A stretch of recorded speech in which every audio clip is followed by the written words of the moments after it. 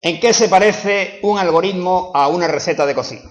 Se parece bastante porque tiene muchas similitudes. Es decir, por ejemplo, ¿qué son los datos de entrada que yo he contado antes? Cuando estamos hablando de una receta de cocina, pues lógicamente son los ingredientes. Es decir, si yo voy a hacer una receta de cocina, necesito ingredientes. Los ingredientes son los datos de entrada. Primer parecido. Segundo parecido. Hemos dicho que los programas manipulan la información y sacan un resultado. La receta de cocina pasa lo mismo. Manipula unos ingredientes y saca un resultado. ¿Se parece? Más parecidos. Normalmente, cuando nosotros hacemos una receta de cocina suficientemente compleja, como era la del pavo de Navidad, pues tenemos que hacer la salsa, tenemos que hacer el relleno, tenemos que hornear el pavo.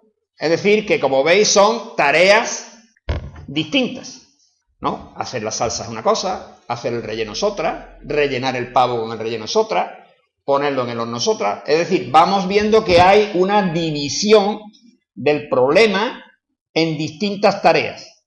Cada una de estas tareas tiene sus ingredientes de entrada y sus salidas.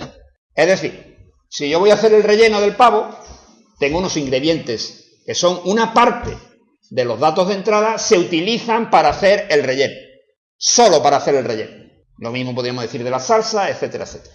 Es decir, parte de los datos de entrada se separan para que, vamos a llamarle un módulo, un trozo de la receta, pueda hacerse aparte. Normalmente, si habéis visto los programas estos de cocina que hay en la tele, cuando se organiza una cocina de un restaurante que tiene que preparar muchos platos iguales, los cocineros se especializan. Entonces está el cocinero que hace la salsa. Y ese señor solo hace la salsa. Solo manipula los ingredientes que dan lugar a la salsa y su resultado es la salsa. Entonces, ese módulo, llamémosle cocinero, lo que hace es la salsa. Se especializa. Podríamos decir que está especializado. Recibe unos ingredientes y da lugar a la salsa. Otro está especializado en el relleno. Recibe los ingredientes y hace el relleno. Y después, pues hay otro tipo de cocinero que de alguna forma lo junta todo. Junta el relleno en el pavo, lo mete en el horno, otro que le echa la salsa al final. Es decir, que ahí ya al final los resultados que vamos obteniendo de los distintos módulos se juntan. Bueno, pues eso exactamente así pasa cuando hacemos un programa. Es decir, yo cojo las notas y calculo el mínimo y lo devuelvo. Cojo las notas y calculo el máximo y lo devuelvo. Cojo las notas y le quito el máximo y el mínimo y lo devuelvo. Y cojo un conjunto de notas y le calculo la media y lo devuelvo. Cada uno de esos trozos de programa, que de momento estamos llamando módulos, lo estamos llamando módulos porque en cada lenguaje de programación tiene un nombre diferente, pero ya concretaremos. Estos módulos de programas reciben unos datos y devuelven un resultado. Y de alguna forma son independientes. ¿Lo veis que son independientes? Es decir, ¿tiene algo que ver el señor que rellena el pavo, que hace el relleno, perdón, con el señor que hace la salsa? Nada. No tienen ni por qué conocerse. De hecho, en programación pasa. No tienen ni por qué conocerse. Lo importante es que después yo sepa reutilizar. Y una vez que tengo el resultado de la salsa, una vez que tengo el resultado del relleno, lo uno y me dan un pavo relleno. Bueno, pues esto es lo mismo. Yo tengo mi máximo, tengo mi mínimo, tengo mi media. Y los tengo que juntar para hacer el cálculo de las notas de los saltadores. Cada uno de estos módulos, que he llamado módulos, en programación reciben diversos nombres. Pues subrutinas, subprogramas, son los nombres antiguos. Después en C se llaman funciones. También en Pascal, por ejemplo, se llaman procedimientos. En programación orientada a objetos se llaman métodos. Como veis, una retahíla de nombres para decir lo mismo. Un trozo de código separado que, dado unos datos de entrada, devuelve un resultado.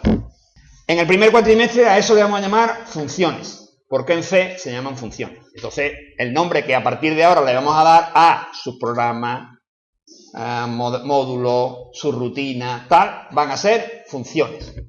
Una función es un trozo de código con entidad que recibe unos datos de entrada y devuelve unos datos de salida. El concepto de función puede pareceros raro, pero no lo es. Estáis muy acostumbrados a manejar funciones. A ver, ¿dónde habéis manipulado funciones? En matemáticas tenéis funciones por un tubo. ¿Qué es una función matemática? ¿Qué es f de x igual a x cuadrado? Pues una función que recibe una x y devuelve ese valor al cuadrado. Entonces, ¿qué hacemos cuando hacemos en C una función? Pues eso mismo. Manipulamos unos datos de entrada y obtenemos unos datos de salida. Eso va a ser para nosotros una función. Y entonces, y resumiendo, las funciones tienen C, estoy hablando de las funciones de C, no de matemáticas. Las funciones tienen dos virtudes. La primera, divide y vencerás. La segunda, reutilización. Y otra cuestión que debe quedar claro desde el primer día, y eso me da unos dolores de cabeza terribles. Vamos, que me dan ganas de suspender directamente cuando los veo en los exámenes. Y es la siguiente cuestión. Una función devuelve. ¿Qué significa que devuelve? ¿Por qué lo repite usted tanto? Porque hay alumnos que se empeñan en imprimir el resultado de la función en pantalla. A ver, si conseguimos que desde el primer día quede claro. No, no y no. Las funciones no imprimen en pantalla. Las funciones no imprimen en pantalla, salvo que sea una función para imprimir en pantalla. Claro, expresamente para eso, que serán muy poquitas. ¿Por qué se empeña este tío, yo, en decir tantas veces que las funciones no impriman en pantalla?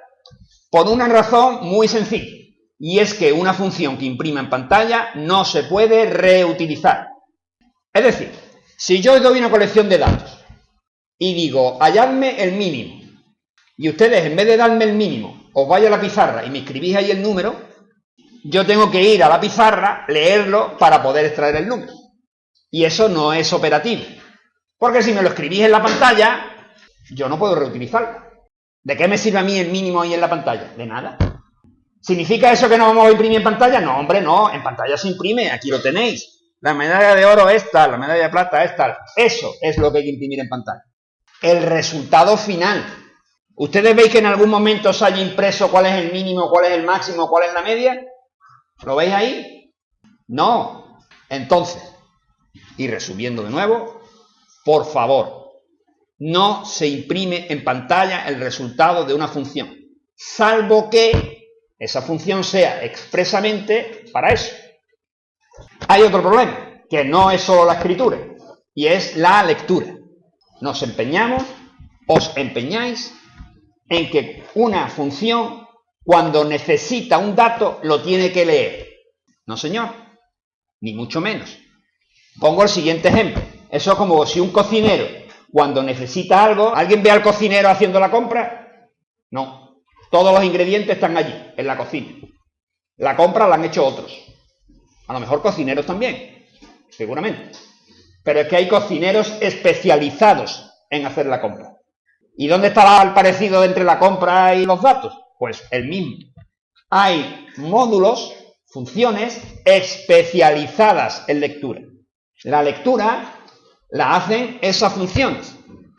Esas funciones leen, obtienen los datos que manipulan las otras funciones. Pero las otras funciones no van a la compra.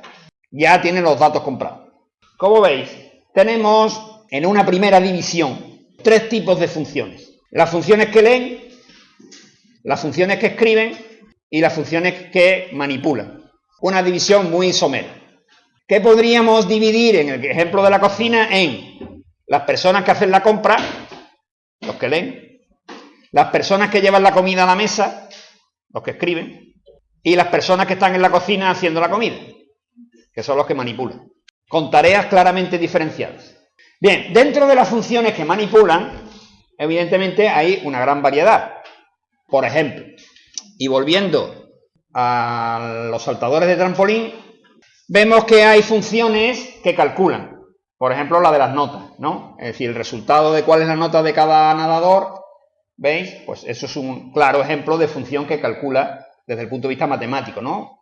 Obtiene notas a partir de otros valores numéricos, eso es un ejemplo de cálculo. Pero evidentemente no todas las funciones se dedican solamente a hacer cálculos matemáticos.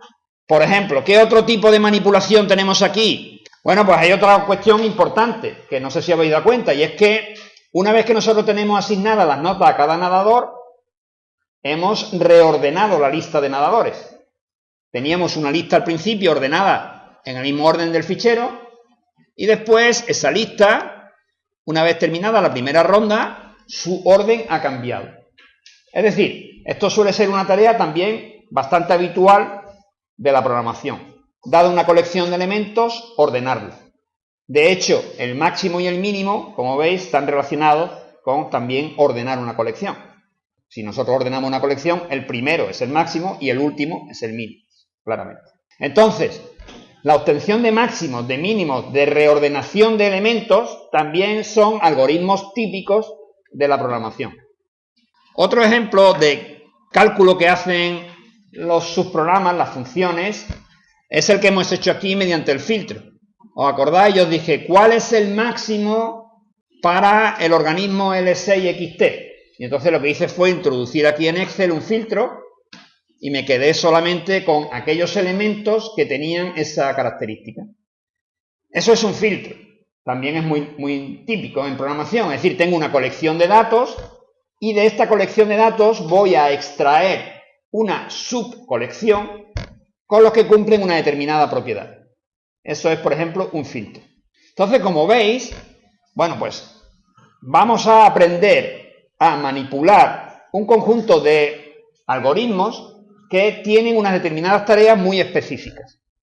Otros esquemas que no están en estos problemas todavía, pero que veremos también, otros algoritmos. Por ejemplo, ¿existe algún ejemplo en esta colección que cumpla tal cosa? O otro ejemplo, ¿todos los elementos de esta colección cumplen una propiedad? Todos esos ejemplos son algoritmos que nosotros vamos a trabajar a lo largo del curso. Y lo que vamos a dar son soluciones con metodología para resolver esos problemas. Es decir, que no estamos pidiendo que os inventéis cómo se halla el máximo de los elementos de una colección. No, eso lo vamos a dar. Y ustedes cada vez que os pidamos un máximo tendréis que poner ese esquema. No otro, no, ese. ¿Por qué ese? Porque ese es el que está inventado y sabemos que funciona y bien.